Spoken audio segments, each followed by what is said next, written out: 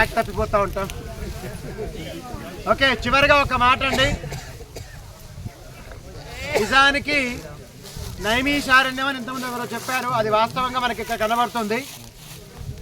మరో కుంభమేళలాగా, సాధు సంతుల యొక్క కుంభమేళలాగా కనబడుతుంది. ఇది నా అభిప్రాయం మాత్రమే కాదు, ఇక్కడ ఉన్నటువంటి ఊరి వాళ్ళ అభిప్రాయం కూడా. ఇంత బాగా ఉంటుందని వాళ్ళకు కూడా తెలియదండి. ఈ గిరి ప్రదక్షిణ సందర్భంగా ఇది సాకారం కావడం చాలా అదృష్టంగా మేము భావిస్తూ ఉన్నాం. ఈ శుభ సందర్భంలో నేను ఇంతకుముందు మిమ్మల్ని అందరినీ అక్కడ హాల్లో చెప్పాను, మళ్ళీ ఇక్కడ చెప్పడం జరుగుతోంది. మీకు ఏదైనా చిన్న చిన్న సమస్యలు ఉంటే, భారీ సమస్యలు మేము తీరుస్తామో లేదో మాకు తెలీదు. ఏంటండి ఆశ్రమం ప్రకారం ఆశ్రమంలో చిన్న చిన్న సమస్యలు ఏమైనా ఉంటే పేపర్లో దయచేసి రాసి ఇవ్వండి. అర్థమవుతుందా? దాన్ని ఎంతవరకు తీరుస్తామని గట్టిగా మాట ఇవ్వం, మేము మాట ఇచ్చే వాళ్ళు ఎవరం. కానీ ఒక సంవత్సరం కాలంగా ప్రయత్నమైనా చేస్తాం. ముందు ఏదో ఒక 2 సమస్యలు తీర్చినా సరే దాని పరంగా ఇంకా ఉత్సాహంగా ముందుకెళ్ళే అవకాశం ఉంటుంది. మన ఊరికే కలిసి వెళ్ళిపోతే అది కొంచెం కష్టతరంగా మారే అవకాశం భవిష్యత్తులో. ఎందుకు కలుస్తున్నాం, ఎందుకు వెళ్ళిపోతున్నాం? ఇక్కడ ఇంకొక వ్యక్తి కూడా ఏం చెప్పడానికి రెడీగా ఉన్నాడంటే, మీరు చర్చిలో కానీ మసీదులో కానీ తీసుకుంటే వాళ్ళకి సంబంధించిన వాళ్ళకి ఓటు వేయమని స్పష్టంగా చెప్తారు. మనం కూడా హిందూ ధర్మం, భారతదేశం సంరక్షణలో భాగంగా ఎవరు పనిచేస్తారో వాళ్ళకి మాత్రం ఓటు వేయమని. ఇది కేవలం నా మాట మాత్రమే కాదు, సామాన్య ప్రజల యొక్క మాట. ఇంతమంది సాధువులు ఆ ముక్క గట్టిగా చెప్పాలండి అని వాళ్ళు చెప్తున్నారు మనకి. అంటే సామాన్య మానవులు బాగానే ఆలోచిస్తున్నారు. మనం మాత్రమే ఇంకా నాకేదో పాండిత్యం ఉంది నిరూపించుకోవాలనే పనిలో పడ్డాం మనం.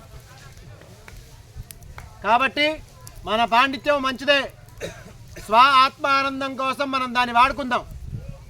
ఇప్పుడు లోక కళ్యాణం కోసం ఏం కావాలి అది మాత్రం గట్టిగా చెప్పే ప్రయత్నం, అటువైపు అడుగు వేసే ప్రయత్నం చేద్దాం నిస్సందేహంగా. దానికోసమే ఈ గిరి ప్రదక్షిణ. మీరు ఆశ్చర్యపోతారు, ప్రారంభంలో 50-60 మంది అంతే, కానీ ఇప్పుడు 800 మంది ఇక్కడ ఉన్నారండి. ఎంతమంది ఉన్నారు? కనీసం ఇక్కడ చుట్టుపక్కల 16-20 గ్రామాలు కదిలాయి. దాంతోపాటు మీరందరూ వచ్చారంటే మిమ్మల్ని అందరినీ ఆంజనేయ స్వామి కదిలిచ్చినట్టే. కాబట్టి ఆంజనేయ స్వామికి అద్భుతమైన శక్తి ఉంది, అది నిదర్శనం. ఈ ముక్కకి గట్టిగా మీరు చప్పట్లు కొట్టొచ్చు. ఆంజనేయ స్వామి ఒక చిన్న మాట, కొండగట్టు గిరిపెట్టిన ప్రారంభం చేశాం కదా, కేవలం వారం రోజుల్లో 2 గ్రూపుల్లో 2000 మంది పైనే జాయిన్ అయ్యారు. ఆ గ్రూపులు ఎట్లా నడుస్తుంది, ఇప్పుడు 3-4 గ్రూప్ తయారవుతుంది. మా గ్రూప్లో మేము ఇప్పటిదాకా ఎవరిని ఆర్థికంగా వాడుకోలే. కానీ మా సభ్యులు ఏమంటున్నారు తెలుసా, ఇంతమంది సాధువులు వచ్చారు కదా, ఏమైనా లోటుపాటు సహజంగా ఉండొచ్చు, అది వేరే విషయం. కానీ ఒక్కొక్క నెలకు ఒక్కొక్క ఆశ్రమానికి కూడా మేము ఏదైనా సహకరిస్తే, ఏదో ఓ బియ్యం సంచి 25 కేజీలది, లేదా ఒక 5 కేజీల నూనె, అర్థమైందా? భారీగా ఏం కాదండి. ఇక్కడ ఎవరు టాటా బీర్లా లేరు. వాళ్ళ కుటుంబాలను వాళ్ళు పోషించుకుంటూ హాయిగా ఆనందంగా ఉండి ఈ కార్యక్రమం చూసిన ఆనందంలో మేము ఏదైనా ఇస్తే అది మీ వాళ్ళ యొక్క అదృష్టం, మీకు సమర్పణ చేసే ఆలోచన వచ్చింది వాళ్ళకి. కాబట్టి వాళ్ళు ఏదో సమర్పిద్దాం అనుకుంటున్నారు. సామాగ్రి అక్కడ దాకా రావాలంటే కొంచెం కష్టం కదా.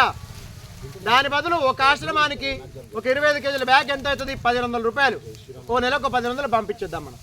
స్వామి మీరు రైస్ బ్యాగ్ కొనండి, మీరు భోజనం చేయండి, వచ్చిన వాళ్ళకి ఏదైనా ప్రసాదం వీలైతే పెట్టండి, అంతే. భారీ ఏమో ఏదో ఇస్తారని వాళ్ళు చెప్పలే నాకు. కాబట్టి ఇది కొంతకాలం నడుస్తుందండి, ఉత్సాహం పెరిగితే ఇంకెక్కువ నడవచ్చు.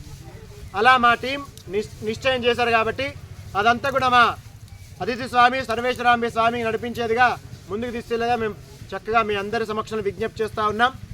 దాని తర్వాత మేము గిరి ప్రదక్షిణ చేస్తూనే అయోధ్య నుంచి నడుచుకుంటూ వచ్చాం. కాబట్టి ఆ పుస్తకావిష్కరణ మనం ఇప్పుడు చేయబోతున్నాం మీ అందరి సమక్షంలో. దీంట్లో ఏం రాశారు నేను చదవలేదు, ఒక వ్యక్తికి ఇచ్చాను, ఇలా చెప్పాను, ఆయన ఏదో రాశాడు పంపించాడు. రాత్రే మా ఫణిగారు పట్టుకొచ్చారు అక్కడి నుంచి. హైదరాబాద్ టీం 30 మంది వచ్చారు, ఏసీ బస్ మాడుకొని హ్యాపీగా.